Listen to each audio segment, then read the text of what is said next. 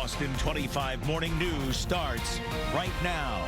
You know, there have been about over 40,000 different books written about the Kennedy family over the decades, but there's been very little written about the early, less than impressive high school years of President John F. Kennedy. There's a new novel now, JFK and the Muckers of Choate, which is based on real-life events reconstructing this period in his life.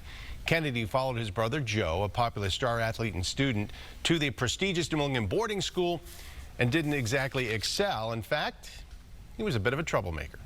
When we think of, President Kennedy, we think of a very sophisticated, suave person, but he was a teenager like the rest of us. Scott Badler is the author of the new real-to-life novel, JFK and the Muckers of Choate, which chronicles Kennedy's rebellious and rather unremarkable academic career at the prestigious and exclusive boarding school in Connecticut. But he was a very lazy sort of character. He was sort of opting out of a competition. His brother was the star there. He says, I can't be as good as my brother, so I'll just sort of be lazy. I won't do my work, and I'll, just be a rebel.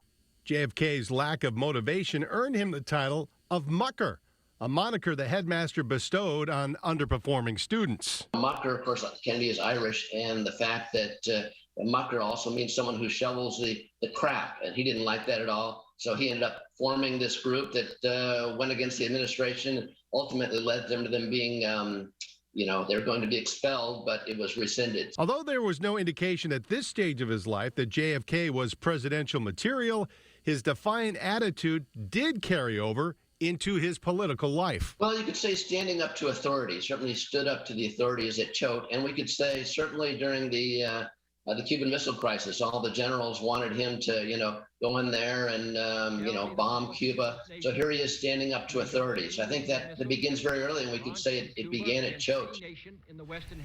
Now, besides showing Kennedy's playful and prankster side, Badler says one of the biggest revelations is Kennedy undergoing therapy in his teenage years while at Choate, something he says was uncommon for the times. JFK and the Muckers of Choate is available on Amazon and bookstores everywhere.